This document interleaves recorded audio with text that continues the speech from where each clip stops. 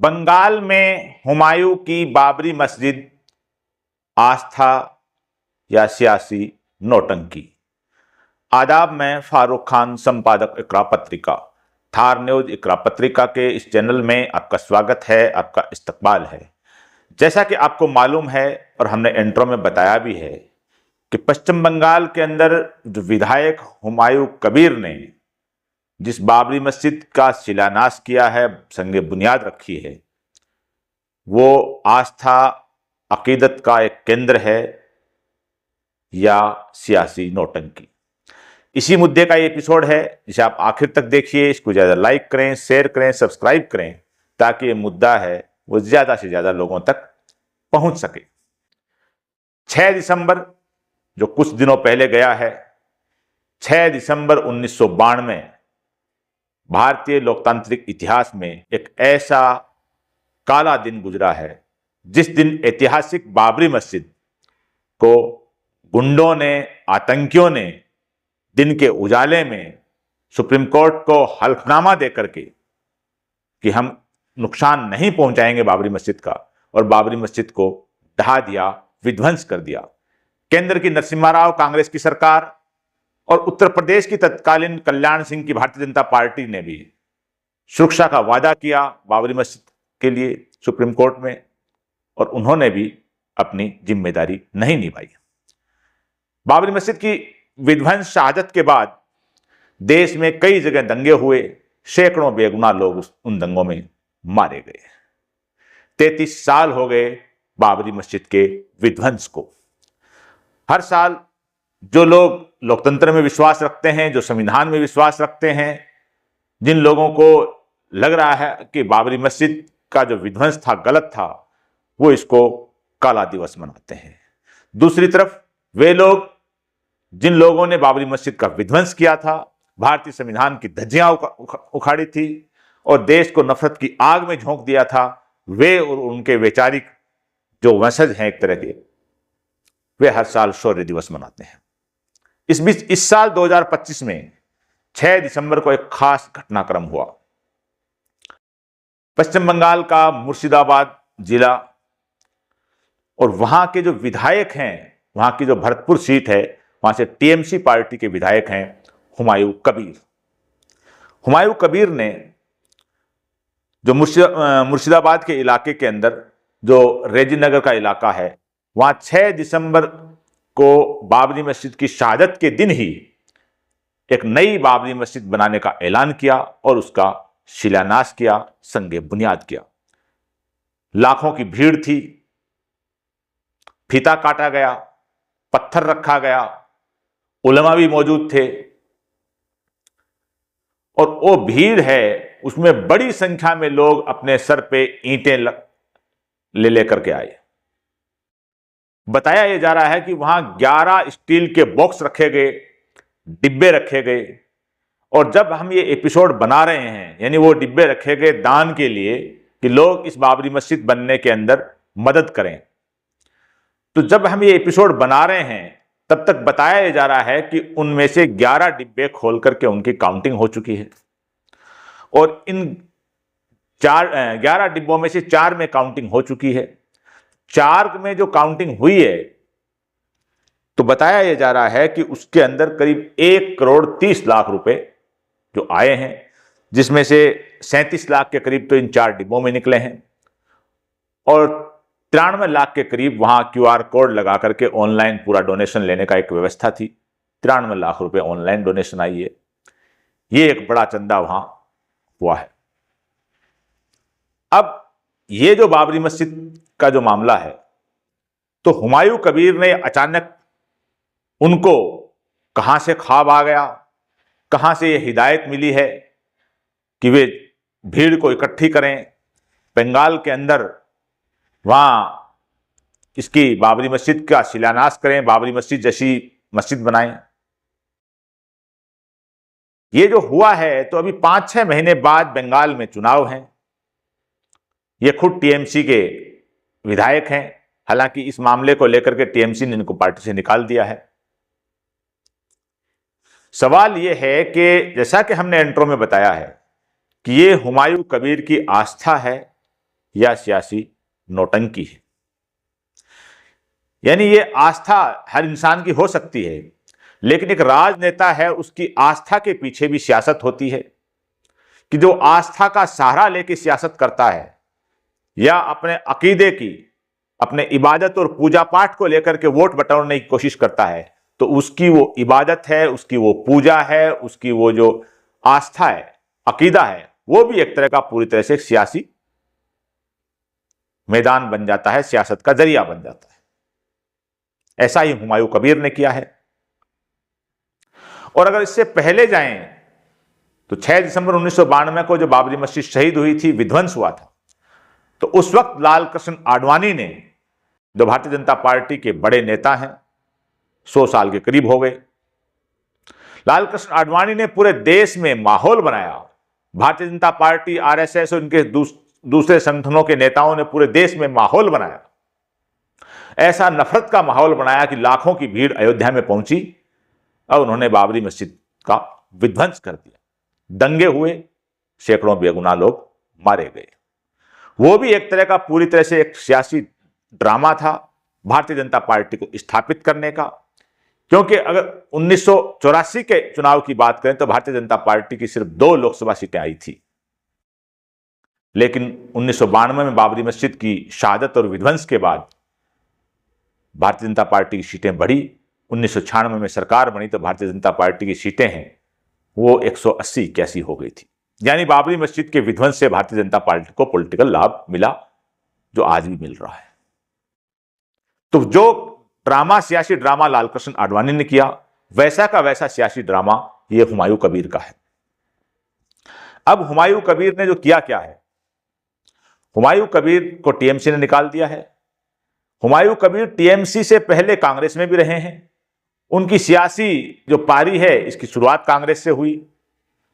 कांग्रेस के जो बड़े नेता हैं अधीर रंजन चौधरी, उनके खासम खास भी बताए जाते हैं, और कुछ दिनों के लिए सपा में भी रहे। टीएमसी से विधायक और ममता बनर्जी के जो पहले कार्यकाल में कैबिनेट मंत्री भी रहे। और एक और विचित्र बात है कि टीएमसी, सपा, कांग्रेस, इनके अलावा हुमायूं कबीर भारतीय जनता पार्टी में भी रहे हैं। और 2019 का जो लोकसभा चुनाव है वो मुर्शिदाबाद से उन्होंने भारतीय जनता पार्टी के सिंबल पर लड़ा और वे चुनाव हार गए। यानी वैचारिक तौर पे एक ऐसे शख्स हैं जिनके जो पार्टियां बदलते रहे हैं, और जो आज पानी पी पी के ममता बनर्जी को, भारतीय जनता पार्टी को, इन चीजों को भला बुरा कह रहे हैं, बाबरी मस्जिद बनाने की का दावा कर रहे हैं, वे 2019 के चुनाव में भारतीय जनता पार्टी में थे, चुनाव लड़ा, हार गए भारतीय जनता पार्टी के सिंबल से। तो आप देख सकते हैं कि उस शख्स की विचारधारा क्या है। उस शख्स की कोई भी सियासी विचारधारा नहीं है। वो एक दल बदलू शख्स हैं, अपने लाभ के लिए किसी भी पार्टी में जा सकते हैं, यहां तक कि भारतीय जनता पार्टी में भी जा सकते हैं और सांसद बनने की कोशिश भी कर सकते हैं। हार जाएं वो अलग बात है। अब 6 दिसंबर को ये जो उन्होंने जो संगे बुनियाद रखी और जो भोले भाले मुसलमानों को जो गुमराह किया, और बेचारे ऐसे भोले भाले लोग जो 5-5, 6-6 ईंटें अपने सर पे रख करके और अल्लाह अकबर के नारे लगाते हुए, और वहां आ रही है भीड़ कि एक बाबरी मस्जिद बन रही है अयोध्या जैसी बंगाल में, तो हम भी सवाब कमाएं, हम भी हमारा पैसा दें, हम भी हमारी ईंटें दें। कैसा मतलब एक सियासी ड्रामा किया इस शख्स ने। किया क्यों?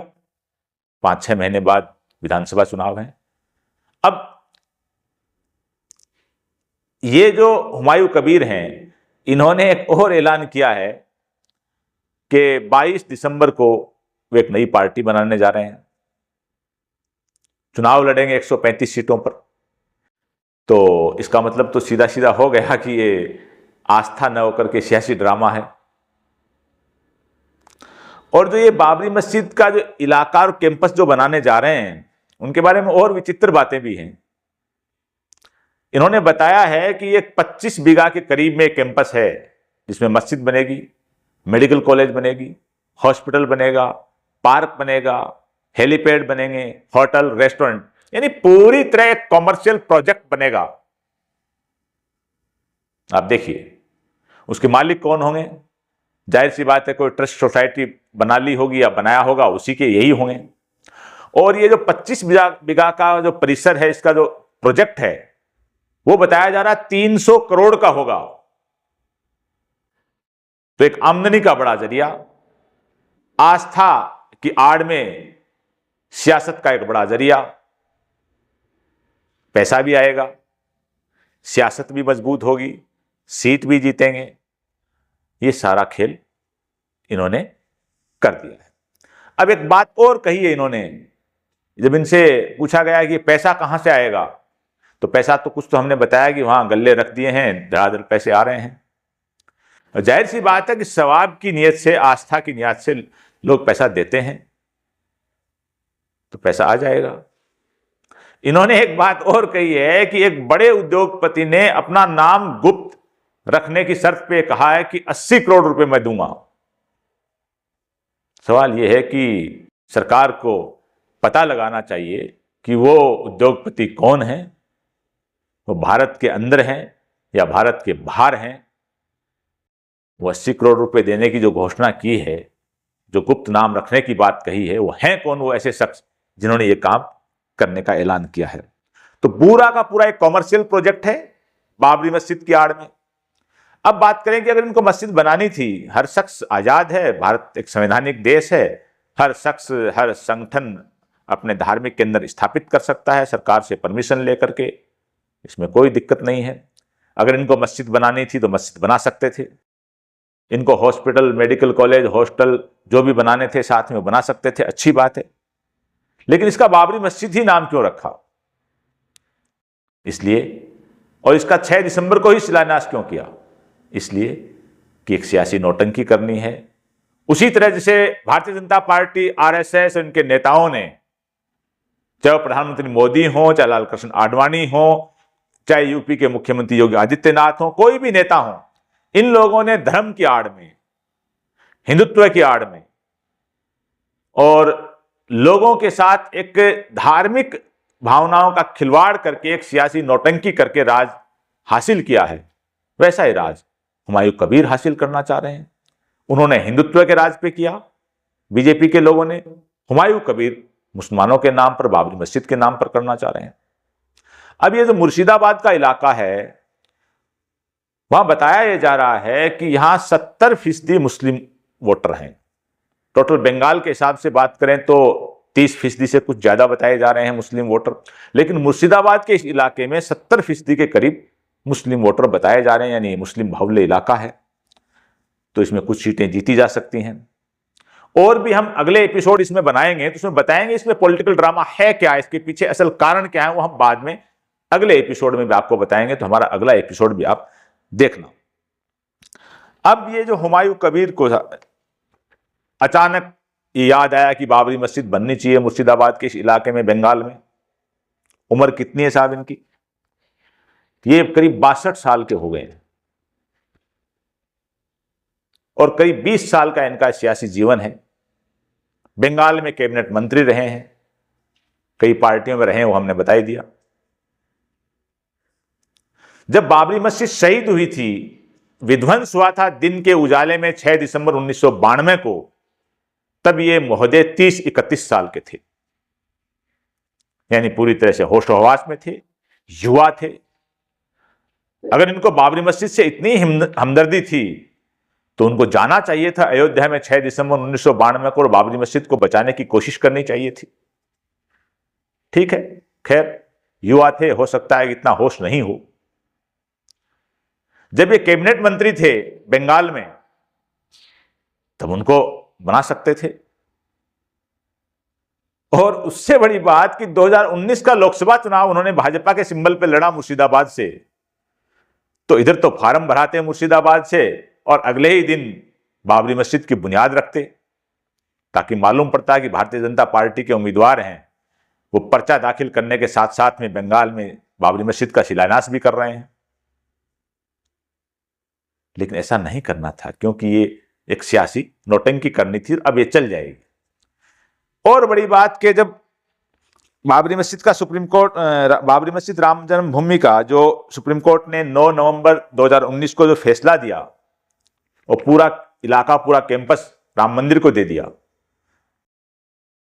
तो उस वक्त ये विरोध प्रदर्शन कर सकते थे, सुप्रीम कोर्ट के अंदर पार्टी बन सकते थे, सुप्रीम कोर्ट के फैसले को की आलोचना कर सकते थे, वो भी नहीं किया। अब ये जो पूरी तरह से जो सियासी ड्रामा इसलिए किया गया है, जैसा पहले भी हमने बता दिया है कि 5-6 महीने बाद बंगाल में विधानसभा के चुनाव हैं।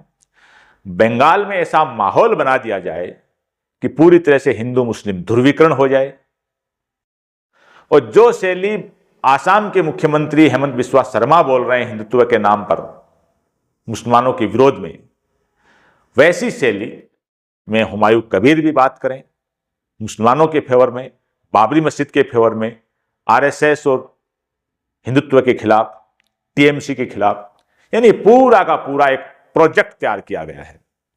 किसने तैयार किया है, कैसे तैयार हुआ है, इसके क्या परिणाम आएंगे, पार्टी कब बनेगी, किससे गठबंधन करेगी, ये तमाम चीजें हम अगले एपिसोड में आपको बताएंगे।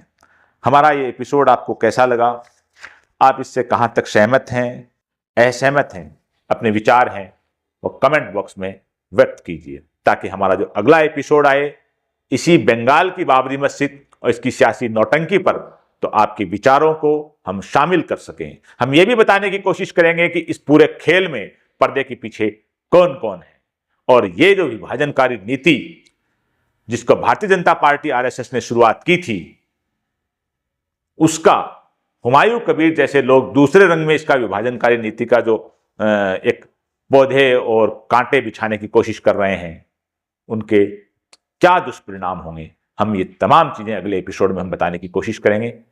आज के इस एपिसोड में बस इतना ही। जय हिंद, जय भारत।